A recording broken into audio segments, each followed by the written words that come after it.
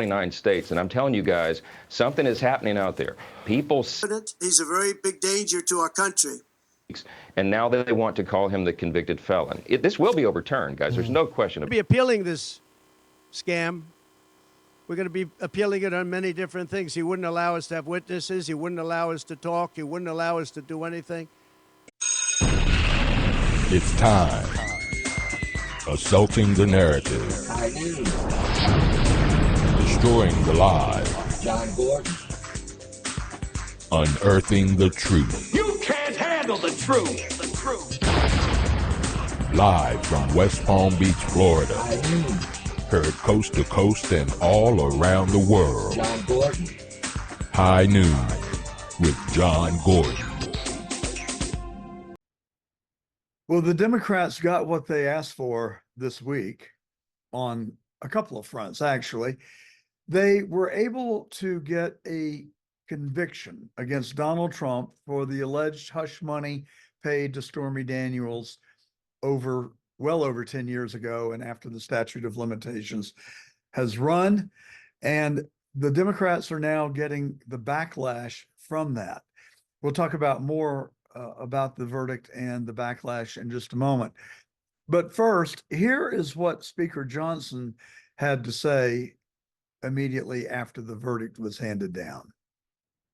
This is a purely political exercise, not a legal one. And everybody knows that. They know intuitively that it's wrong, and the people are outraged. I'm in one of those swing states today. I'm in Ohio and Michigan today. I'll be in Illinois tomorrow. By the end of this week, we'll have been in 115 cities in 29 states. And I'm telling you guys, something is happening out there. People see what is going on. They see that the Democrats are so desperate because President Trump is crushing Joe Biden in the polls. They see the Democrat Party and the left so desperate to stop him that they'll risk the destruction of our entire legal system to do it. And that is not hyperbole. That's what's going on here.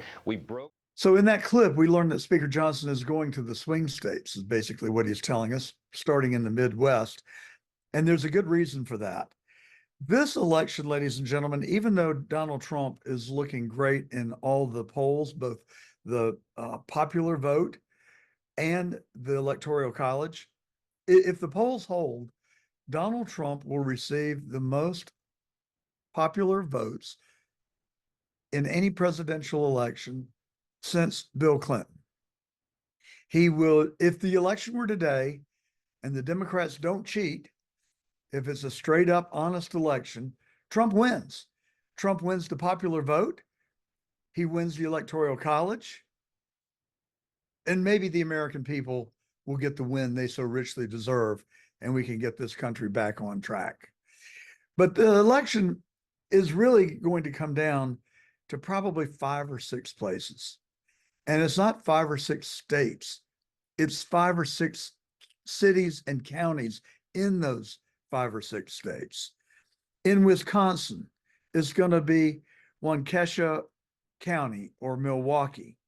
In Arizona, Maricopa County, which is Phoenix and Scottsdale. In Georgia, it's Fulton County. In Pennsylvania, Lackawanna, which is also the Scranton is a county seat. And in Michigan, Flint and Detroit. Those are the battleground cities that this election is likely to turn on. It appears, and according to Charlie Kirk, actually, the founder of Turning Point USA, he thinks that it's just going to come down to Wisconsin in the very end, and that's where the election will be won or lost. I'm not sure about that, but it is going to be a nail biter for sure. But Speaker Johnson, in this next clip, explains really what this whole prosecution of Donald Trump is really about. Objective. They want to try to bankrupt Donald Trump. They want to diminish his credibility and go after his character. They wanted to keep him off the campaign trail, which they were successful in doing for many weeks. And now they want to call him the convicted felon. This will be overturned, guys. There's no question about it. It's just. So you see, it's not about hush money. It's not about a crime. It's about being able to call Donald Trump a convicted felon running for president. Now, what is utterly alarming is that President Trump could be incarcerated. And some people think that the Democrats might be stupid enough to incarcerate him during the Republican National Convention that is to be held in Milwaukee in just a couple of months, to which I will be an alternate delegate. But can you imagine locking the leading candidate for president of the United States up in jail during the national convention convened to nominate him? I'm telling you, I don't know how much worse it has to get. I don't know how many more bad faith dealings and episodes the Democrats have to launch before the American people take to the streets and utterly revolt. I really think we're marching in that direction. I don't encourage it. I don't welcome it. I don't want it to happen. But this train has gotten off the track. And it's because of lies, deception, dirty, underhanded tactics, all in the quest for money and power. That's what it's really all about. It's not about right and wrong, and it's not about virtue. It's about who can get the White House. Joe Biden wants the White House so he can keep the Washington swamp, the permanent Washington, the deep state, the bureaucrats in control, in power. And we know that Joe Biden has gotten $30 million that is documented in payments from our enemies, our adversaries. And they're really worried about a $150,000 payment that Michael Cohen made to Stormy Daniels without President Trump's knowledge, yet they're convicting Donald Trump of it. And there's more than ample evidence to prove that he didn't even know about it. Michael Cohen said he did it without the president's knowledge. He swore to that under oath. So this verdict will be reversed. There is no question that the Court of Appeals, in my mind, if they follow the law, and the New York Court of Appeals has shown a willingness to support or rule in favor of Donald Trump based on the New York law, I think there's a good chance, a likely chance that it will be reversed. But here's the problem. The wheels of justice grind so slowly, it will surely not happen until after the election, which means for the next 5 months, the Democrats get to talk about the convicted felon, Donald Trump. Well, here's what President Trump had to say about it immediately following the verdict as we go to cut 3. He's the worst president in the history of our country, the most incompetent. He's a very big danger to our country. And the only way they think they can win this election is by doing exactly what they're doing right now, win it in the courts because they can't win it at the ballot box. So we're going to show them that, we're going to fight. So the president knows it. The country knows it.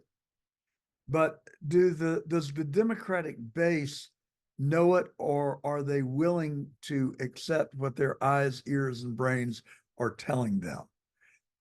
But one of the problems is these people are willing to lie. They are willing to stoop to no previous lows, as President Trump reveals in this clip about Judge Macron. Be appealing this scam.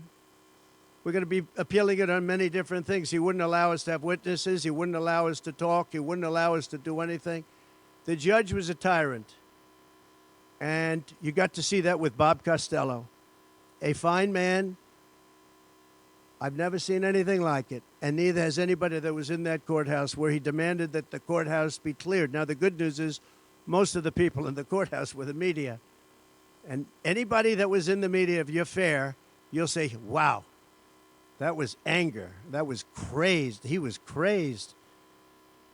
And the reason that Bob Costello acted a little bit upset, which I think he has a right to, was that every question he was being asked was being objected to by the other side and sustained by the judge. Sustained. I think he did it many times. I don't know what the number, many times. Even I was sitting there saying, and these were basic questions. And I never saw anybody treated that way by a judge. And I've been treated very badly by 2 other judges also, because it's all the same thing. So it is having blowback. Franklin Graham just today is quoted as saying, have the American people lost faith in their justice system? Can we trust the justice system in America any longer? And Kevin O'Leary, Mr. Wonderful of the Shark Tank, who is a billionaire, who is a real estate developer, says that he won't build any new data centers in New York because it is unsafe to do business there. And Grant Cardone has redirected hundreds of millions of dollars that he had slated for investing in New York and is redeploying that capital elsewhere. John Gordon and Helen Gordon have tickets to the US Open this year, which I bought several months ago. And now I don't even want to go.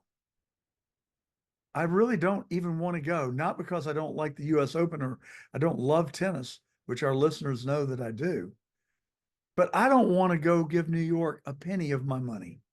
So I'm looking at ways that I can keep my tickets that I've already bought and paid for, but not enrich the state or and particularly the city of New York. There will be repercussions. There will be unintended consequences. Like, for instance, that the Trump campaign has raised a staggering, unprecedented $53 million in campaign funds, mostly from new donors, people who have never donated to the Trump campaign before. So life just has a funny way of working out. And I am increasingly optimistic that this will backfire on the Democrats. I certainly hope so. I would say it's all but a done deal were it not for the fact that we were promised a red wave in 2018. We were promised a red wave in 2020. We were promised a red wave in 2022. The chorus seems almost the same to me. Oh, we're going to have this huge, massive win. And then once again, we go to the polls and we're defeated. This time, we may be dejected, but I'm still optimistic. I am still going to do everything I can as just one lone individual to do what I can to assure Donald Trump gets reelected and that we do have a red wave, because enough is enough. When are the American people, whites, blacks, Asians, Hispanics, Jews, Gentiles, when are we all going to come together and say, we want a country with a foundation of morality and ethics, not lies and deceptions and political speak, not dirty tricks, not political persecutions in the name of fake prosecutions. So Trump is going to get past this, I do believe. And I do think that we will get the result that we're looking for. That is certainly my hope. If the polls are correct and they hold up, Trump wins, and maybe that red wave is just going to be the result of delayed gratification. We shall see. Well, we're coming to you today live from Las Vegas, Nevada. We came here on Wednesday for my wife's birthday, and it was kind of a hastily called trip. And last night we went, I'm 71 years old. I thought I had seen it all. And last night we went to this place right here called the Sphere. I'm sure you've heard about it. The video, the picture that you're looking at does not do it justice. It is, just picture a basketball that is like 15 stories tall. It is a perfectly round building, and on the stage side of the building is just a tremendous, gigantic video screen. And we saw the Grateful Dead last night. I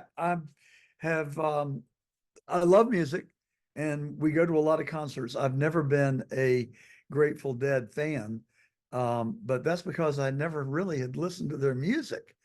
But it was just spectacular. And one of our favorite musicians, John Mayer, is a guitarist now in the Grateful Dead. If you want a road trip for this summer, if you want to experience just a wonderful, uh, phenomenal experience, go to the Sphere and check out the Grateful Dead. The visual effects are overwhelming. The acoustics just blew me away. And it was really an experience that I was not expecting, but I'm sure glad that I went and saw it. Now, many people ask me, like every day, John, I'm usually busy at noon on Saturdays. How else can I watch the show? Well, it's very simple. You go to rumble.com and you search for John Gordon Truth. All our past episodes are there. We're working hard to build the channel, to increase our audience. You can help. You can help by telling your friends, your relatives, your fellow parishioners, your neighbors to tune in on Saturdays on the John Fredericks Media Network in the 8 cities in the state of West Virginia that we broadcast live every week on. And you can also watch us live on Getter, rumble.com, YouTube Live. And if you would do me a small little teeny tiny favor, if you would just go to one of those sites or all of them, hit the subscribe button and like our videos. Only if you do, it would be a tremendous value and help to us. So one of the reasons, and I've been pretty consistent in this, that we continue to talk about Fulton County and Atlanta. And I, in deference to our listeners in Philadelphia and Pittsburgh and Norfolk and Richmond and Nashville and West Virginia, we talk about Fulton County because it is one of the key counties in America that is going to determine the future of our country and the way our country goes. And we've had episodes in the last few weeks about the Georgia Republican Party. My sense that it is in a state of disarray. It is a party comprised of the good old boys, and it's not being run for the grassroots and the people that it should be serving. It's serving a small group of a few. We're going to continue to focus on that, but we also have to pull the layers of the onion back. And as we have done that, we now learn that the Fulton County Republican Party is in the midst of a looming, building, growing scandal. It's either incompetence or it's corruption. Combinations of the two, I don't know, but we're going to find out over the coming weeks. Well, we had an opportunity earlier this week to sit down with Todd Wood, and he has explained to us the problems with the Fulton County Republican Party, this $2 million trust fund that if you just put it in the Standard & Poor's index fund, it would have probably been up to $10 or $12 million now. Some 15 years later, it's still at $2 million. Poor record keeping, no real answers to the questions that are being asked. So the party says now that they have conducted a forensic audit of the trust fund, and it's a crock. They did 1 year of a look-see, and they're calling it an audit. So I don't know where they got the definition of an audit, but it is not an audit. It is I don't know what it is. I will stop there. I won't go further, but it is beyond concerning.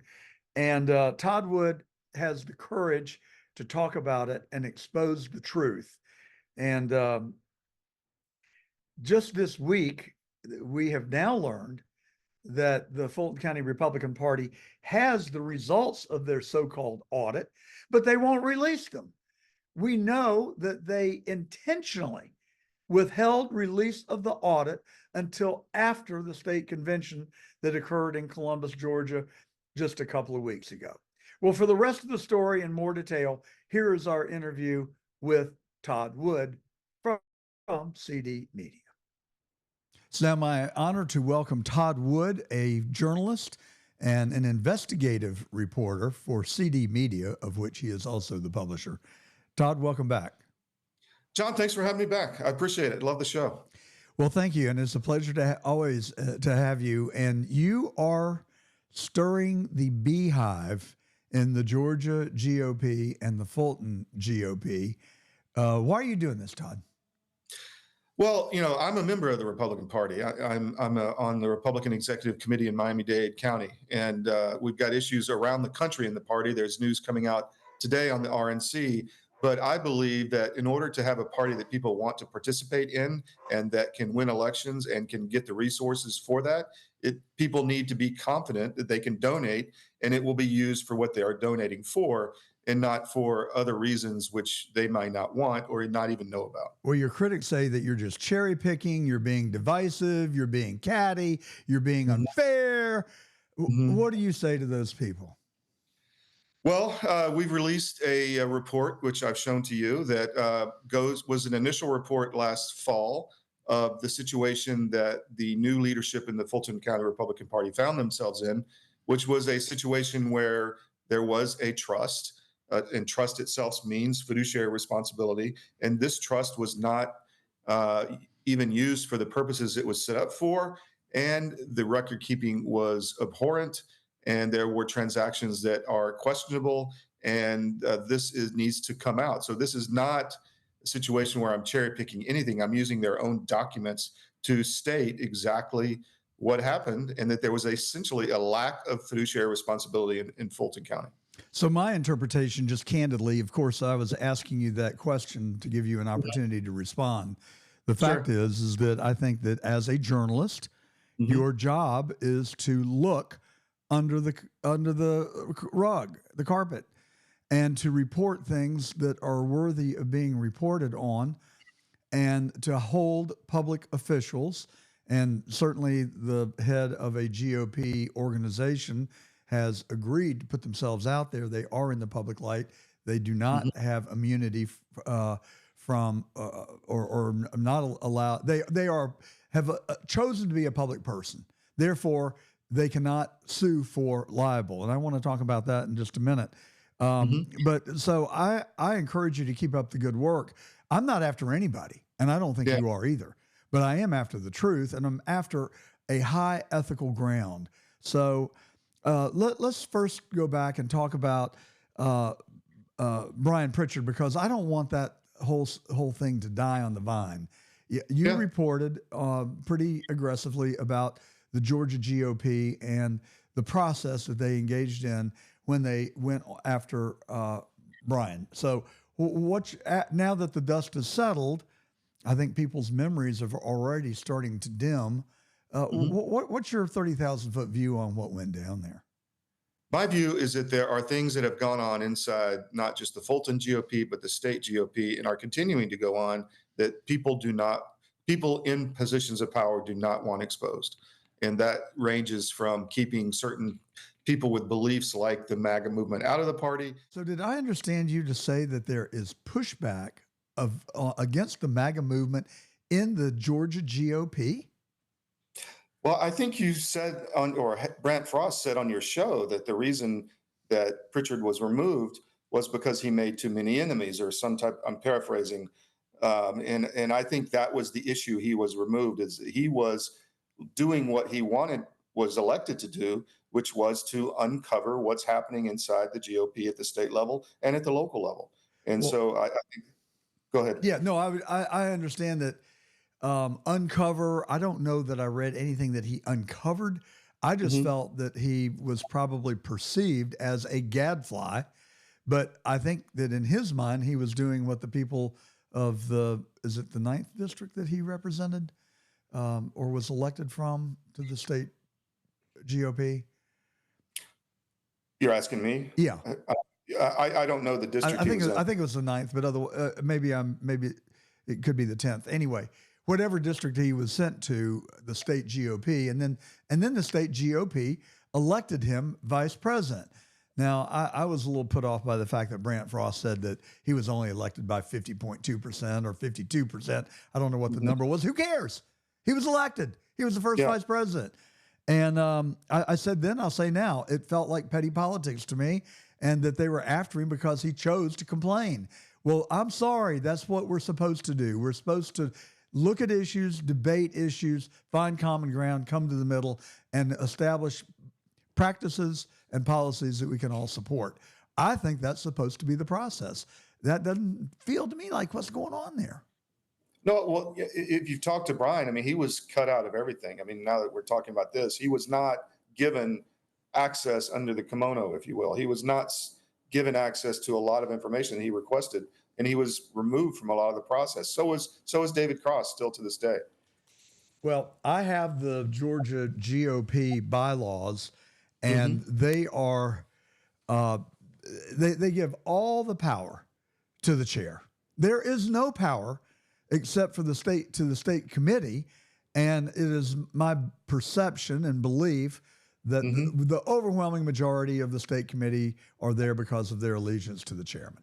And so that effectively, and so I don't know, I think there are 175 members of the state committee. That effectively excludes the other 3,000 members that are delegates to the state convention, which was my biggest complaint. They removed Brian exactly 1 week before the state convention in Columbus. Why not go to the state convention in Columbus and at least poll the audience and allow them to weigh in on this? But they wouldn't even have the courtesy to do that. I felt like it was terribly disrespectful to the people who elected Brian, not to mention Brian. And then the process, that interview with Brant, and I'm sorry, Brant, if you're listening, I like you. I like you. I like your family. But I'm here as a journalist to tell the truth, and that is my number one priority. My friendship and allegiance to you is second. But I hope that we will remain friends because I think you've got a wonderful career ahead of you. And I want to be a part of your entourage.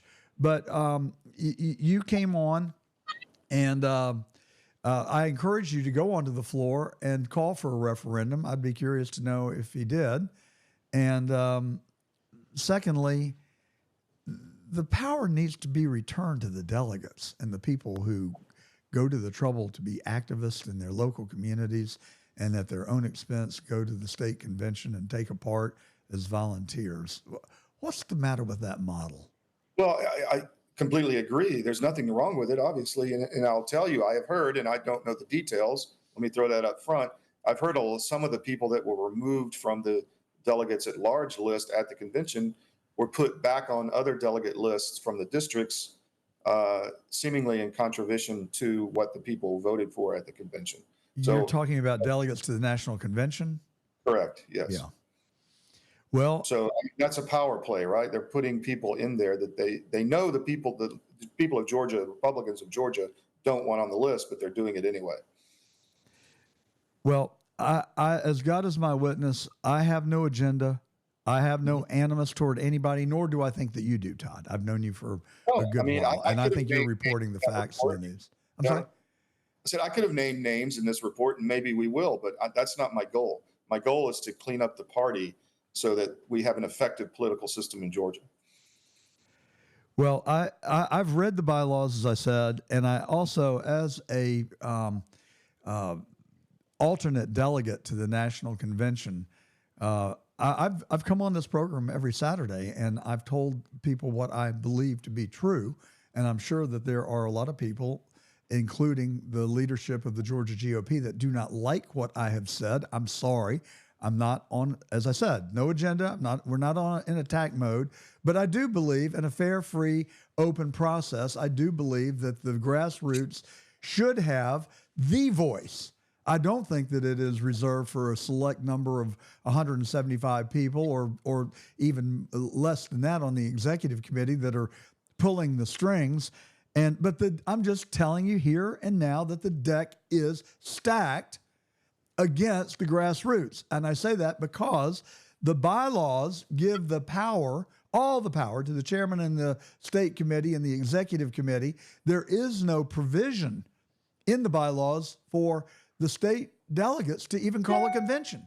In fact, I can find no provision in the bylaws that provide for how someone can call a state convention, nor can I find in the bylaws how you could ever remove a party officer other than the chair. And I think that's fundamentally wrong. And the second thing I want to talk about is, and that's the point that I was going to get to with Brant. He said, Brian Pritchard could have polled the delegates because he had the list. Well, I have, as an alternate delegate, I have a right to the list of the state delegates. I'm sure that that right has expired now because my election has been certified, I believe. And but I had a contract sent to me, and it was a terms of use agreement in order for me to be able to receive the names of the delegates to the convention. Well, I want to tell you that I would not allow my dog to have signed that agreement. It gives the party the right to fine me $25,000 if, in their sole discretion, I violate the terms of use, which, by the way, restrict any condemnation or casting the leadership or the party in a bad light. So what we are doing right now, Todd, I think could be construed as being critical of the leadership, and I could be subject to a $25,000 fine if I had signed that piece of paper, which I utterly refused to do. So I think that, you know, if we go down the list, we can highlight the fact that, as Hank Sullivan has written, and you as well, this notion of the GO Party Inc. needs to be resolved. Just, guys, fix it. You can do it in one meeting. Fix it. If it's a legitimate requirement, then legitimize it, openly acknowledge it, and resolve any conflict between the Georgia GOP, which is in Chapter 22, and the Georgia GOP Inc., which is in Chapter 14, or maybe I've got them backwards. As Josh McCoon promised to do when he was running for the chair of the party. And what we have heard is crickets.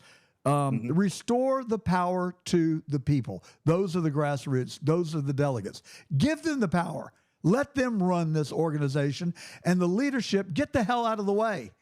Let the power go to the people, and you do what you are supposed to do, and that is be servant leaders. That's what I expect. That's what I think the grassroots should demand. And then reform the bylaws. By gosh, I mean, those are the most one-sided set of bylaws I have ever read. And I guess the fourth plank would go to transparency. Just let us see what's happening behind the curtain, because it doesn't feel right to me. I mean, well, as a journalist, as you said, it's our job to do that. I mean, the fourth estate, right? I mean, or fifth estate, whatever. No, actually, it's their job to do that. It's our job to call them out when they don't, and they're not. Right. And so the report that we released, which was an internal document from the Fulton County Republican Party, shows that there was no fiduciary responsibility inside that organization for over a decade. And that, I think, is the main issue. And the second issue is that it has not been released. There is no transparency, as you said. And I use the word cover up because what else is it if you're not telling the people what happened? You're talking about the Fulton GOP. Yeah, correct. All right, well, let's go back for the benefit of our listeners and set the stage a little bit and flesh that out. So the the Fulton GOP has a trust fund that was given to them in 2006, I believe. Is that right? Correct. And it was a paltry sum of $2 million. Now, I could have bought an index fund in 2006 in the S&P 500, and I would have outperformed the performance of what the Fulton GOP has done. Now, I hasten to add, 2008 and 2009, I would have looked like an idiot. In 2024, I would look like a genius. But, you know, long-term investing, the fund hadn't grown a penny, if I understand correctly. In fact, the balance has shrunk. There's more to it than that, in that the trust setup, which I have the original document, and we may be releasing that, was set up to fund Georgia Republican Party candidates in Fulton County, period. That's it. That's the only authorized action. And it was to also, they had a duty to grow the principal, to grow that fund, to continue to do that in perpetuity. And somehow this changed, which we are investigating how that change happened and what is that change legal, was that change correct, to allow it to fund administrative and operational expenses.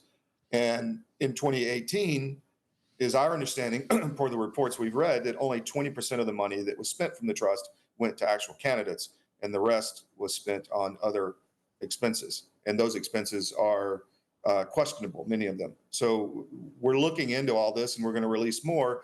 But the situation is the fund did not grow. It was not used as directed. and there are questionable expenses, and then you have the cover up of that situation, and that's what we're getting out in the public. So who is the chair of the Fulton GOP? Stephanie Andres at this point. Yes, and before her, I believe it was Trey Kelly. I don't know if there was an interim before.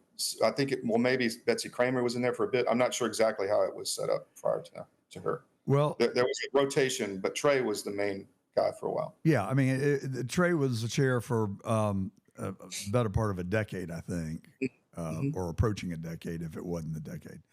And then there was an election, and Trey lost his seat, and then there was a recall or a redo, I guess, of the election, and Trey was restored by 1 or 2 votes. That's what I recall. And then Ms. Andres was elected. I'm sorry? Yeah. That election, there's a lot of irregularities of that election as well. No question. And so in full transparency, and unfortunately, I did not assign the importance to the conversation in the moment that perhaps I should have in hindsight. Like you, I'm busy, and some things really grab my attention and others don't. I did receive a phone call from Ms. Andres. I think it was shortly after her election, asking me if, as a lawyer, this was after I had run for Attorney General, if I would be if I could assist her in doing an audit, and I just had to beg off. I mean, I just simply did not have the time, but I didn't suspect. I didn't suspect any irregularities, but I think she did intimate to me that the record keeping had been very poor, and so I encouraged her to go to the bank and get all the statements back as far as they would that they were available, as well as all the canceled checks. I mean, to me, that seemed like a very good place to start. And if memory serves, I believe she told me, my recollection is that she said that the cost to do that was more than she had money to spend on it, and would I donate to it? And I think I declined at that time. I'm building a house down here in South Florida, and I don't have any disposable cash. I'm sorry, I just don't. I wish I did. If I did, I'd solve all the world's problems. But so I want to be fair to Ms. Andres. I think that she early on did express concern to me and indicated that she wanted to conduct an audit, but lacked the funds to do so. So do you have a sense of where it might be now? Yes, I do. I know exactly where it is now. And I don't know in the last couple of weeks what has happened inside the Republican Party Executive Committee or the people that are the trustees, et cetera. But I do know that there were several internal reports generated. One of them we published that outline a lot of the problems. And then they had the money for, they spent $20,000 on a forensic review. So anybody telling you it's an audit, that's not correct. It was not a full audit. In the forensic review done by a professional firm, they did not look at everything, and they only looked at 1 year. So there's a vast amount of information that has not been looked at. And something I am told by many people, not just one, but multiple people, something happened around January, February, and everybody inside the party in the county just clammed up and nothing further was said. There was no more push to get the information out, and the information was not put out. So I don't know what happened. I'd like to know if anybody knows on your show and wants to call me and tell me why all of a sudden nobody was talking anymore. We didn't get phone. I've been trying to talk to Stephanie since January. I haven't had a call back. She did respond, which I printed recently, that she was busy for the last week, but as we started reporting these articles. Well, I think the current leadership of the Fulton County Party has an absolute obligation, not only legally, but ethically, to the people that elected them to shine a light on this. I mean, we can handle the truth. It feels to me that we're protecting people that may have received money inappropriately, and that's just flat out wrong. And if that's the case, then there needs to be an acknowledgement, transparency, and accountability. And then you look at the state party has obviously known about this, John, for a long time. I think it's pretty obvious. In the state party, put some of the people that did not perform their fiduciary responsibility up for delegates to the RNC. Why is that? That to me blows me away. Why would you do that? All right, say that again. That the state party did not elevate people that were elected No, at the district level. People that were involved in managing this trust and fiduciary of the trust were selected as delegates to the RNC this cycle or at least put up for vote at the convention. Do you get the sense that this game is consumed by grifters and people that are there for economic and monetary advantage? Well, I'm trying to be very professional here, and I'm not going to go off on opinions and use words. But what I will say is there was no fiduciary responsibility done. They disavowed that inside the Fulton County Republican Party for over a decade. There are a lot of questionable expenses. There are no records, and there's more coming out as we get those specified. But and then they did not release the information, and I believe put pressure on Stephanie and others not to release the information. And we need to know why. Well, I think the electorate, I think that the members of the Fulton GOP need to put pressure on the leadership to do the right thing. And the right thing is not to audit 1 year. The right thing is to audit 18 years. And again, it wasn't an audit. It was a short review. I understand. We're calling it an audit in quotation marks. But let us have a deep dive into the records of the trust fund for as far back as the records can be developed, including all of those that are in the possession of the bank. And I'll donate to the cause. I'll pitch in right now. I'll pledge $500, and hopefully someone will match it, and we can raise maybe $5,000 or $10,000 that can go to fund a deep dive into the finances, and the truth will set you free. I mean, to me, we cannot beat the Democrats if we don't have our house in order. And I'm sick of the backroom dealing. Tell us about the Eagles Club and what you've reported on there. Well, now be careful, because Brant Frost came on here and he said that Hank Sullivan was going to get a ladder because he showed children in cages. Well, we've children in cages at the Eagles Club. I don't think that there was. He said that he was insinuating that there was child trafficking. I never, as a reader, inferred child trafficking. What I inferred was that there were children in cages in a Halloween set, whatever you call it. They weren't really dressed like Halloween characters, though. But the fact of the matter is, it just felt creepy to me. The optics were horrible. Give me a break. It was just stupid that they did this, but why would you, and the head of the Georgia GOP was there, is my understanding, along with a lot of other people in the GOP in Georgia. And yes, you had kids in cages, and we never said the word child trafficking. We're not insinuating that at all. There were a lot of men dressed in drag, a lot. And we are not out to call them anything or demean the Eagles Club, except why would you do this? Why would you want somebody running your party who would be involved in that? Put kids. And actually, I said it was a Halloween party, but as I'm sitting here thinking and reflecting back on it, I think it was ostensibly for a charity benefit of some sort. Yeah, I don't know I'm not sure. Background of it, but there's another thing to this, and I had a point. I lost it. Maybe I'll get it back. I was going to say that we've gotten formal communication from the Georgia GOP that we are going to get a demand letter too. I haven't said that at all to people, but to me that seems like stifling this freedom of the press. We have not said anything to impugn that they are trafficking kids. Anybody can go read that article. We posted pictures from their Facebook page and said, why would you do this? That's what we did. Well, just for the record, I don't think that there was anything nefarious going on there. I have no information or reason to believe that. What I do think is that it was in extremely poor taste and displayed incredibly bad judgment. And I don't care what the benevolent cause or intent was. But guys, just come on. You're in a position of leadership where the standards are higher. And it just did not feel right to me. But regardless, I'll give them a pass on that. just say, hey guys, be more careful in the future, and recognize that you're in a very sensitive position. My biggest complaint was that the state committee met at the Eagles Club that Josh McCoon is the czar of, the president of, the chairman of. It just is an inappropriate venue, in my view, for a state party meeting. I mean, surely there are other venues. They said, oh, well, it was free.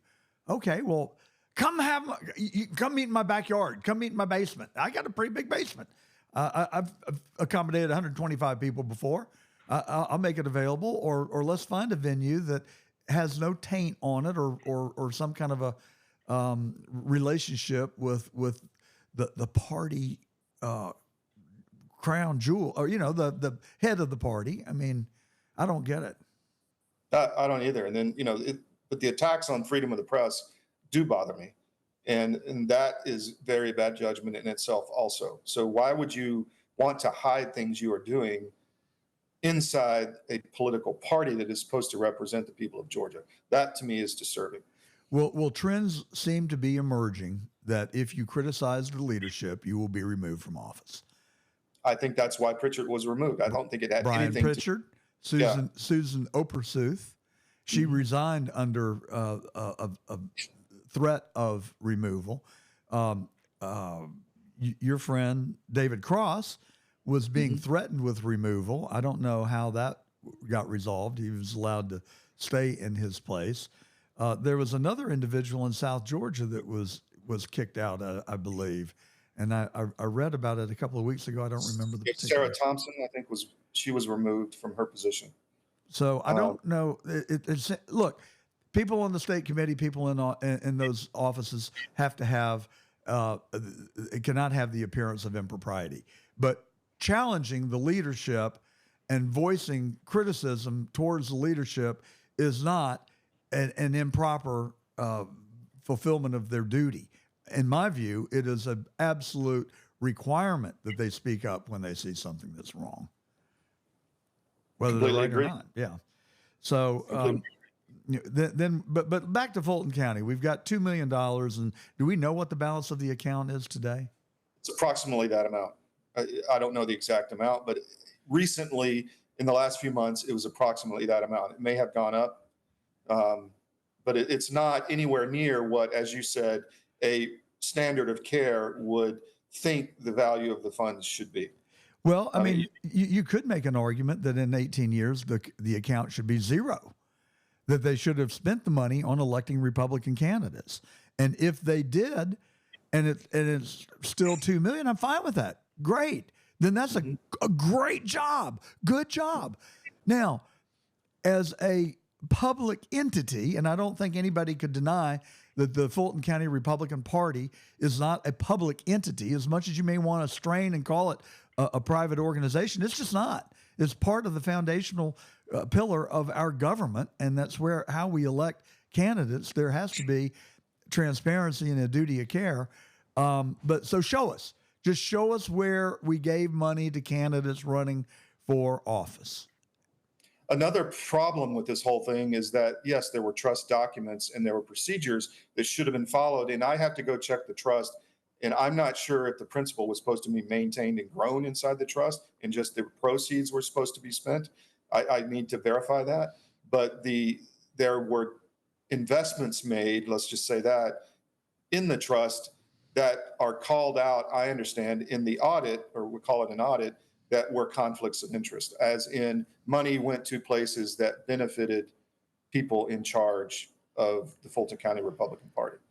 So I think that we need to know the facts. And in my own view, I don't really, I mean, it's a real fine line, I think, when payments to someone who's in the leadership or at the kind of, on the end, gets paid money. But if it's for a legitimate purpose and it's open and transparent, I may not like it, but I'd give them a pass. So if money went to a consultant who was doing literature or some sort of election work for a GOP candidate, I think it's okay. I mean, but not when But it's it is a covered up and conflict. hidden. Is a conflict of interest if you are benefiting monetarily from decisions made by the trustees. So, Well, for instance, let's call out one example that a trust, a large amount of money was sent to a hedge fund in Fulton County to be invested, and there were massive fees inside this hedge fund, and that was a conflict of interest called out by the audit. We'll call it the audit, the forensic review by the professional auditing firm called that out as a conflict of interest in a transaction that looked irregular. All right. Well, so where was the conflict? Who ran the hedge fund? Who benefited? Well, there were, and I'm not going to go there right now, but I will tell you that the hedge fund was run by people who, and also my understanding, some of the officers of the Fulton County Republican Party were participating in that hedge fund as well. But also the person running it in the company was owned by someone who was very close to someone inside the Fulton County Republican Party. Well, I mean, the fact of the matter is friends do business with friends. If they're capable, if they're competent, if the value was equal to the amount of money that was paid, I got to give them a pass. But the cloud of secrecy surrounding it. Well, the auditing firm did not. Well, now I would draw a line if they were officers of the party. I don't think an officer of the Fulton GOP should be allowed to benefit financially in any regard unless it is fully disclosed. There is 100% transparency, and there is a vote of the executive committee, and it's reflected in the minutes. Then I think you got to give them a little bit of leeway. You know, it's probably better. You can make an argument. It's probably better to do business with somebody that you know and that you trust, even if there may be an appearance of a conflict, but it can be cured. It can be cured with disclosure and a process that ratifies. You hit the nail on the head. Disclosure. They have been preventing this disclosure, and they did not follow the rules set up in the trust. And I don't know the word used, the word legal. It was done not properly per the trust. There was no specific vote that was supposed to go to move these funds in this manner per the committee. And for any member of the Fulton GOP and the leadership, present or past, that are listening, I would encourage you to think this. Listen to what Todd just said and listen to my words. Richard Nixon, Martha Stewart, Leona Helmsley, none of them were punished because of the underlying crime. They were all punished because of the cover-up. Don't do it. You're playing with fire. The people that you're exposing may be your best friends. I'm sorry. It's the role that you assumed. It's the job that you undertook. You have a duty to me, to Todd, and everybody else in the Fulton County Republican Party. Well, Todd's in Miami-Dade County, but I'm in Fulton County, and all the members of the Fulton GOP. I'm a donor of the Fulton County Party, or I was. I didn't donate in the last year or two for a variety of reasons, but that's personal. I won't go there. But the fact of the matter is, just the truth will set you free. Shine a light. Give us transparency. Go back as far as you can develop the records, including the bank records and any records from vendors or third parties that might be out there, and just let the truth come out. Show it to us. We'll forgive and forget if it's in our possible sphere of or our ability to do so. But then the facts have got to lead us to a conclusion. All right, Todd. Go ahead. Real quick, let me say there was a discussion after this new leadership came into the party. They looked at everything. They did their best to understand what's going on. There was a big internal debate. Do we disclose or not? There was internal findings that things looked irregular and that was not done properly. And the decision was finally made not to do anything, not to disclose. And one of the arguments was, well, it would have cost us a lot of money to try to get the money back, and it's not worth it financially. Oh, that really makes sense. What a wonderful, logical argument. It would cost money to get the money back. Oh, might it also reflect negatively on one of our best buddies or a friend or even a relative? Maybe that would be a consequence. My point is that they did not disclose it. Yeah. And that was the final decision. And that to me is a cover-up. Well, that can be fixed. That can be fixed by 5 o'clock this afternoon. My encouragement is fix it. Give us the truth. Give us transparency. You owe it to us. The law requires you to disclose it. So let's some adults need to show up in the room and straighten this out. Todd, are you worried about our country and the direction we're going Very in? much so. Very much so. I watch YouTube videos every day of my life for a couple of hours. It is a great source of knowledge. And one of the videos I watch is a tracking poll, and I'm going to do a segment on it next week. A tracking poll on the 270 to win that is necessary for Trump to get it across the line. And right now he is looking incredibly good. And, you know, we've got New York that Biden won by 23 points that now is 9 points. Lee Zeldin lost to the current governor of New York. She's a piece of work by a mere 6 points. Trump's at 9 points behind Biden right now in New York. He might be able to flip New York and get all 28 electoral votes. If he does, he wins. The problem is the Republican Party is not behind Trump at the national level. And that has been exposed over and over. It came out this week that Chris LaCivita inside the party is hiring a bunch of people who are anti-Trump. They are not committed to election integrity. That is not true. This "we fired everybody" thing is not true. They were all hired back for the most part. And so they are working actively, and there's fear that at the convention they're going to try to not let Trump get the nomination. That's not possible. That can't. I mean, you're scrambling my brain. Unpack all that for me. Chris LaCivita, he is the campaign manager for Donald Trump, along with Susie Wiles. You're alleging that he is intentionally undermining his boss.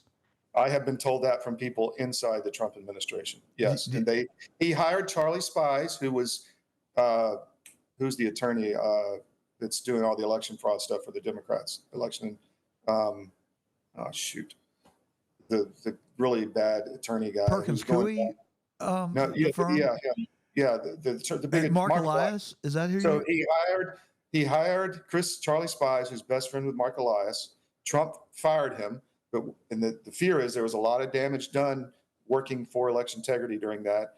And my understanding from people inside the Trump organization, inside the campaign, they are working to try to get rid of LaCivita because he's doing a lot of damage.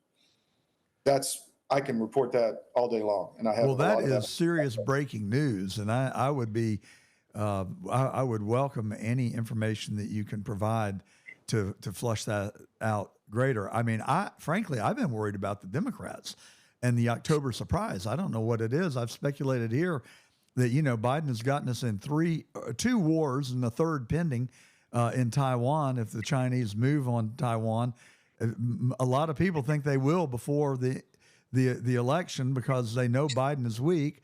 They know Biden is compromised. They know that he's taken at least $3 million from the Chinese. And he let a Chinese spy balloon traverse our country and hover over our nuclear facilities and then shot it down over the Atlantic after the mission was complete. What bravery and courage he displayed. Stunning and brave.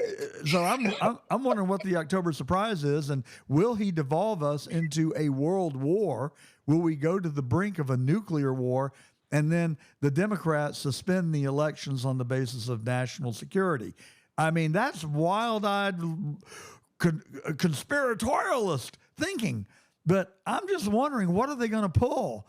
And if you look at what's happening in you know, the world stage, I don't think that's too far out of the realm. I hope that's not the case. I'm speculating. Have no evidence of that. I'm just looking at 2 and 2 and coming up with 4. On what planet does a Dominion lobbyist, after everything was happening in the last 4 years, get put up for vote by the chair of the Georgia GOP? He wasn't selected by the grassroots to be a delegate to the RNC. In what planet does that happen? Who are you speaking of? John Garst. Tell us. He was put up as a delegate by the GOP leadership, and he is a former lobbyist for Dominion. Why would that happen? There is no rational explanation for that after the last 4 years. Anyone concerned with election integrity would not do that. Well, I really don't know where you're going with all this, Todd. I mean, I hear you, and I think the things that you're saying are very concerning. This politics game, I mean, my political science teacher, Dr. Peterson, who was on the platform committee for the RNC, used to say politics ain't a game of beanbag. But that's when it was rough and tumble. These things are just flat out borderline on treason to me, to saying that you got a guy who's running the president's campaign that may be at the same time he's taking the money but undermining the nominee of the Republican Party. I just describe a 0% chance of Trump not going to Milwaukee and getting the nomination. I just don't see any opportunity for that. Now, would they undermine the campaign in some way? Yeah, I can see that. But you know where you're going with John Garce. I know John. He ran my campaign when I ran for the state senate in Georgia. I felt like John did a reasonably good job for me. I mean, there are things that I could have done better. There are things that he could have done better. But and I do know that he is wired with the GOP leadership in Georgia, which is one of the reasons that I hired him. Frankly, I mean, what do you want to do? Hire somebody that doesn't know anybody and doesn't have any? That was a long time ago, and it was 2018. A lot's happened since then, and he removed himself from the vote when it came out at the convention that this was inappropriate. So somebody put him up, and the GOP leadership put him up to be a delegate, and that was nationally reported. Laura Loomer was all over it. Steve Bannon was all over it, I think, but Laura was, I know for sure. So this is not just me saying this. Well, you haven't really encouraged me too much this morning, but you know, we've got to go through the not so good times to get to the good times. And people have to be involved. Don't stop. Don't get discouraged. I don't want people to be discouraged because people need to continue and pour the gas on getting involved locally. That's what needs to happen. Todd Wood, publisher of CD Media and a courageous individual. I don't impugn any ill motive or ill intent on the work that Todd is doing. I have known him for 4 years. I have found him to be a scrupulously truthful person. And Todd, I appreciate what you're doing. If it ends up hurting people that have done wrong, I'm sorry. That's just the way the ball bounces. But keep up the good work, and thank you for coming on The Truth today. And we've told you the truth. I'm John Gordon. This is The Truth. Please join us next Saturday at high noon.